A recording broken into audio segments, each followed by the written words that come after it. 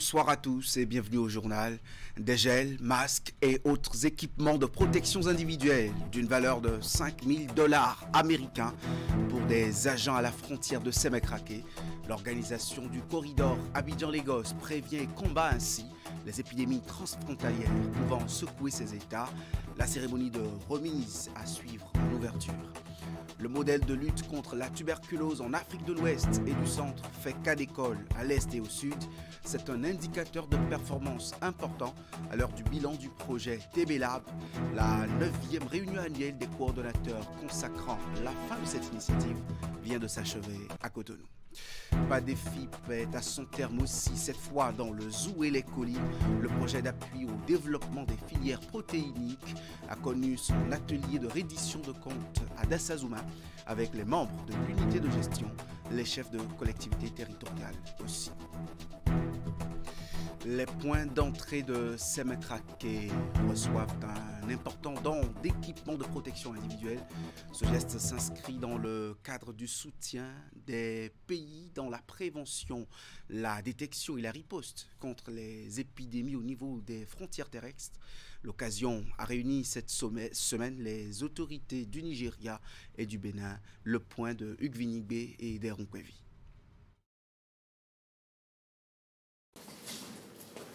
Masques chirurgicaux, masques N95, gants, gel hydroalcoolique et savon liquide. C'est la composition de ce don de l'organisation du corridor Abidjan-Lagos au profit des postes frontières de Kraké et Owodé. Le geste intervient après la réalisation en septembre 2024 de la cartographie des flux migratoires au point d'entrée de Sémékraké.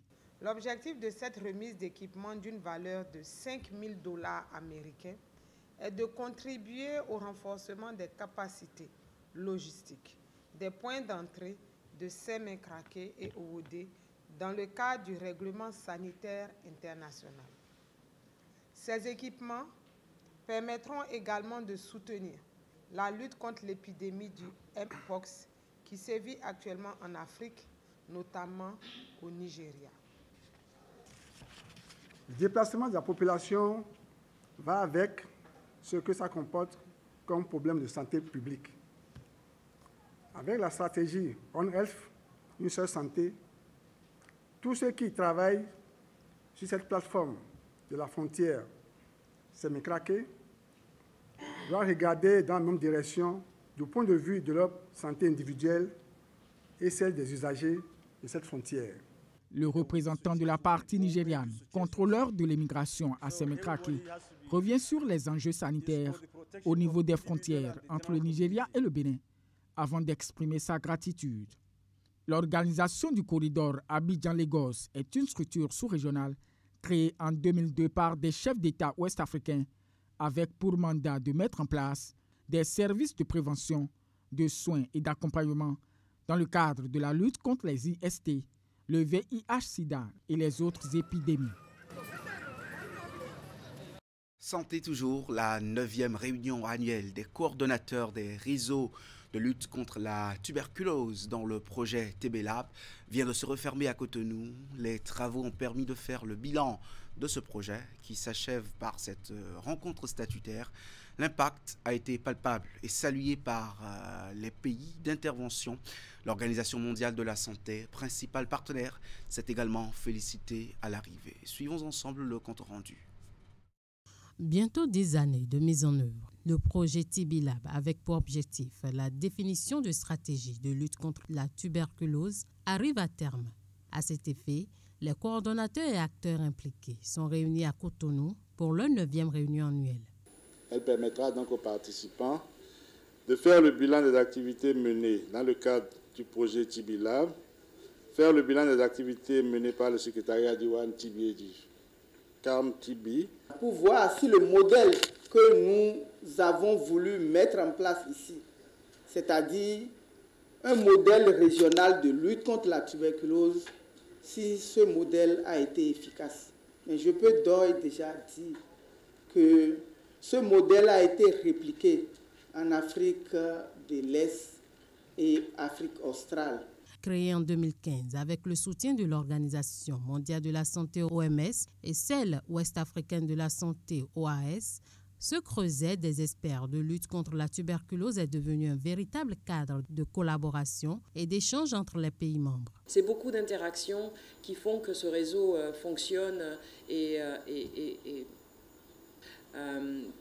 nous allons fêter l'année prochaine nos 10 ans. Ça sera un événement. J'espère que tous les partenaires seront à la hauteur de cet événement aussi. Il faut véritablement qu'on tire les leçons de tout ça. Et puis qu'on essaie de rester concentré et motivé pour pouvoir continuer dans cette aventure.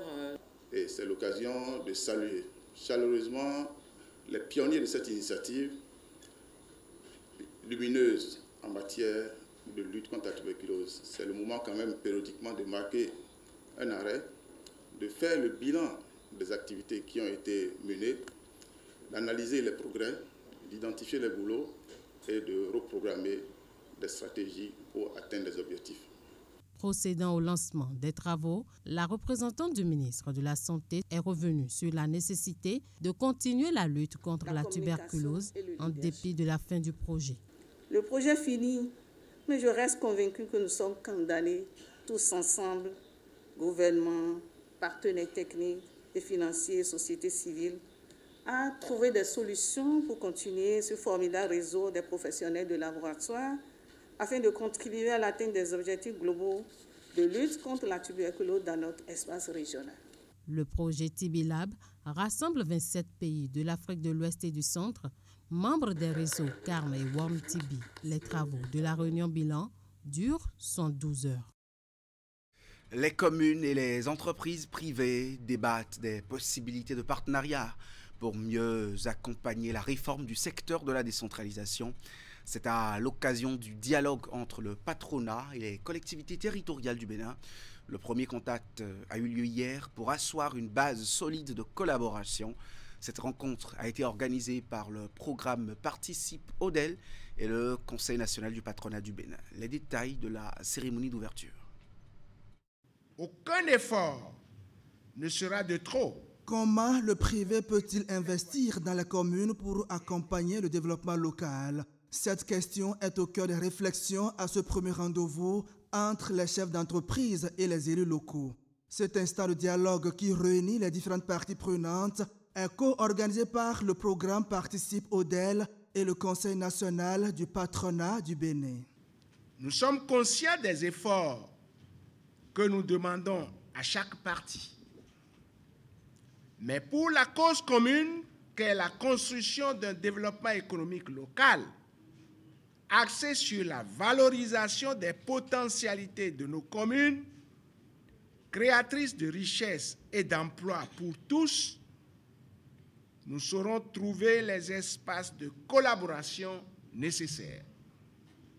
Et c'est ce pourquoi nous sommes ensemble ici ce matin.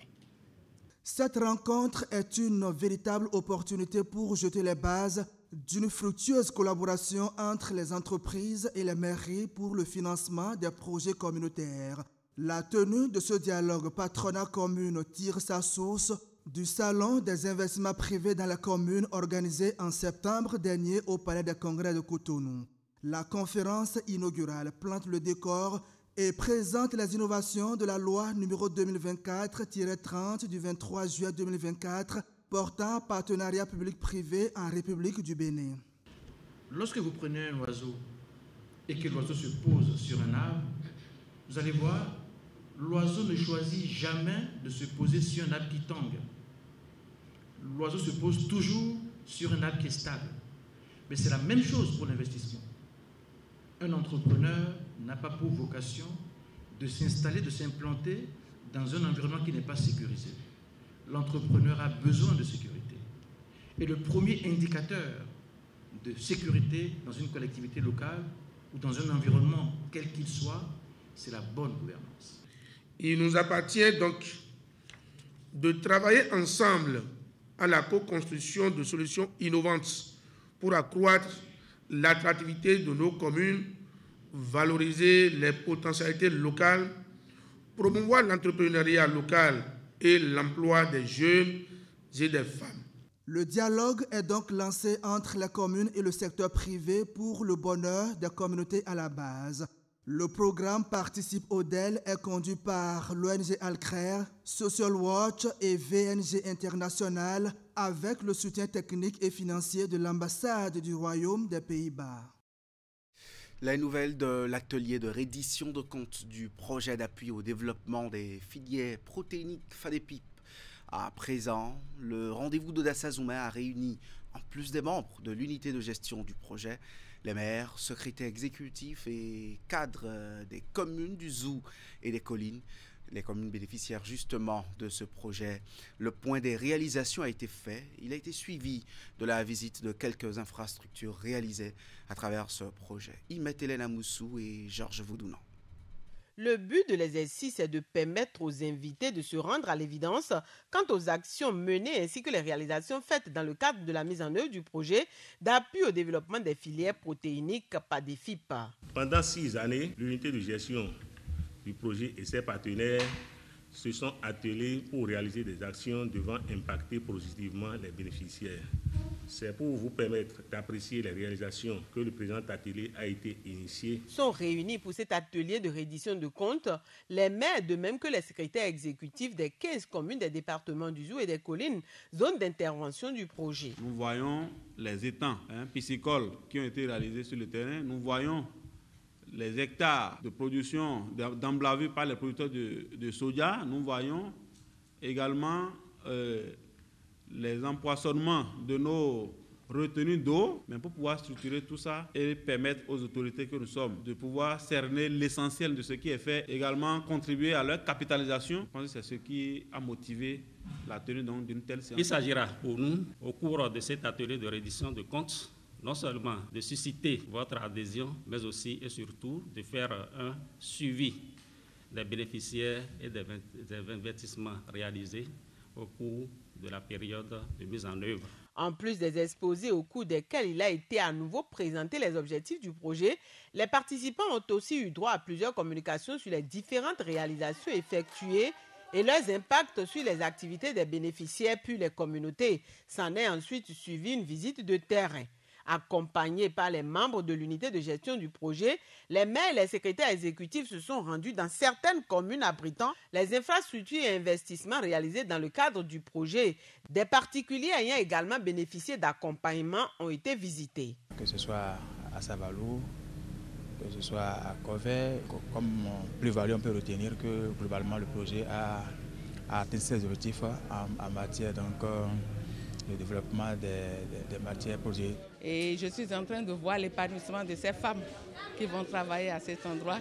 Cela m'incite déjà à vouloir quelque chose de ce genre chez moi à Banté, surtout pour le soja, qui est une culture véritablement très développée également dans ma commune. C'est vraiment encourageant et nous souhaitons que le projet, si c'est la première phase, qui est toujours encore une autre phase. Au thème des 2 jours d'échange et de descente sur le terrain, des recommandations ont été formulées. Leur prise en compte va permettre d'améliorer les interventions du projet sur le reste de la période de mise en œuvre et conforter les acquis sur le terrain. Les administrés de la ville de Cotonou en savent mieux désormais sur les activités menées par le conseil communal ces 6 derniers mois. Ils ont assisté à la 2e séance publique de reddition de comptes cette semaine. À l'occasion, les autorités municipales ont présenté les réformes engagées pour mieux sécuriser les recettes de la mairie afin de réaliser des projets de développement. Voici le point de la cérémonie d'ouverture. C'est le 2e exercice au titre de l'année 2024. Après le rendez-vous du 15 juillet, les différentes forces vives de la ville de Cotonou sont conviées ce mercredi 11 décembre 2024 dans cette salle de délibération de la mairie pour une séance de reddition de comptes. Si la première séance a porté sur le bilan des actions menées dans le secteur des enseignements maternels et primaires, celle-ci est axée sur l'optimisation des ressources propres à la commune à l'ère des réformes. Mesdames et messieurs, la gouvernance financière des communes recommande que le conseil municipal, son président et l'administration tout entière aient un regard sur non seulement la mobilisation des ressources communales, mais aussi la qualité des dépenses. Pour cerner ces différents compartiments de la gestion financière, il convient d'asseoir un mécanisme adéquat qui intègre les différents acteurs et leur rôle pour mieux administrer les recettes de la commune. Cette séance répond aux dispositions de la Charte nationale de reddition de comptes au niveau des collectivités locales. Occasion pour la population de mieux s'informer sur les actions du conseil municipal et faire des propositions pour l'amélioration de la gouvernance à la mairie de Cotonou. Le projet d'appui à l'éducation inclusive à travers l'amélioration du handicap EDIP Bénin tient sa 3e session annuelle d'orientation et de suivi. L'objectif est de faire le bilan des activités menées jusque-là, tirer les conclusions et s'engager pour les défis à venir. Ceci dans le but de positiver l'image du handicap en société ici au Bénin. On retrouve le point des travaux sur ces images. Nous avons estimé qu'il est utile qu'on puisse avoir comme prévu ce rendez-vous annuel où on a l'occasion de faire le point du chemin parcouru, les résultats obtenus et aussi les difficultés, ou même s'il n'y a pas de difficultés majeures, mais les nouveaux défis qui se présentent à nous, les nouveaux chantiers qui méritent d'être ouverts. Voilà décliner les raisons qui sous-tendent la tenue de la 3e session annuelle d'orientation et de suivi du projet d'appui à l'éducation inclusive à travers l'amélioration des perceptions du handicap EDIP Bénin, un projet initié par l'ONG CIPCRE Bénin en collaboration avec son partenaire ERIX, mis en œuvre depuis avril 2022 dans les communes de Dangbo, à Djon, Bonou et à Guégué. Le projet EDIP Bénin a permis de positiver l'image du handicap au Bénin. Ce projet a permis d'avoir une amélioration des perceptions du handicap au Bénin. Les décrets d'application de la loi 2017 protégeant les personnes handicapées a été pris par le gouvernement. Aussi, il y a quelques améliorations qui sont déjà faites pour que le système éducatif puisse tenir compte du handicap et aussi de l'inclusion dans le système éducatif. Je peux aussi dire que dans la mentalité surtout des parents, la perception a changé. La personne handicapée est appelée avec le langage adapté. Il y a le vocabulaire qui est utilisé pour ne pas blesser, pour ne pas frustrer la dignité de la personne handicapée qui est en train d'être interpellée. Donc aujourd'hui, dans la zone de concentration du projet, notamment dans la vallée de l'Ouémé, les parents ont amélioré leur perception et essaient de rendre plus inclusif l'environnement social pour leurs enfants à la maison, à l'école et aussi dans les lieux de culte que fréquentent ces enfants handicapés. Nous pouvons noter aussi par rapport à la participation des enfants. Grâce à ce projet, beaucoup d'enfants ont acquis des compétences liées à leurs droits, ont acquis des compétences de vie pour améliorer leur estime de soi, leur confiance en soi. Ces résultats obtenus sont salués par le ministère des Enseignements maternels et primaires et celui des Affaires sociales. La politique nationale de protection sociale est un engagement de tous. Le gouvernement y met du sien et nul ne sera de trop pour accompagner, pour que ce pays soit un pays vraiment révélé comme on le souhaite. Le bilan est vraiment positif et ce bilan nous montre que de plus en plus, il y a déjà une bonne perception en ce qui concerne l'inclusion scolaire, en ce qui concerne les personnes handicapées et qui sont vraiment acceptées comme le commun des mortels et comme d'autres apprenants en tant que normaux. De cette 3e session annuelle du comité d'orientation du projet EDIP Bénin, les participants sont ressortis avec une feuille de route à mettre en œuvre jusqu'à la fin du projet en mars 2025. Médecins du monde suisse n'est pas resté en marge de la campagne dénommée 16 jours d'activisme pour lutter contre les violences basées sur le genre. L'organisation internationale a initié à Abomey et à Gmaïzou une série d'activités en vue de susciter l'engagement communautaire. Les diverses activités se sont achevées par un match de football. Suivons les détails. Le jeu a opposé des équipes de football composées de joueurs de tout genre, joués au petit camp. Cette rencontre est une initiative portée par la section béninoise de l'organisation non gouvernementale internationale Médecins du Monde Suisse. Elle vise à démontrer l'intérêt de créer et de garantir un environnement sans violence basé sur le genre. Moi, j'ai jamais joué avec les hommes, ensemble avec les femmes. Pour moi, c'est une séance imaginable pour moi. Je suis très heureuse. Organisée à la suite d'un ciné-débat couplé d'une causerie éducative qui a eu lieu au lycée Ouégbadja à Abomey, cette rencontre marque l'une des étapes d'une série d'activités qui s'inscrit dans le cadre de la campagne initiée par l'organisation pour les 16 jours d'activisme contre les violences basées sur le genre et à l'égard des femmes et des filles.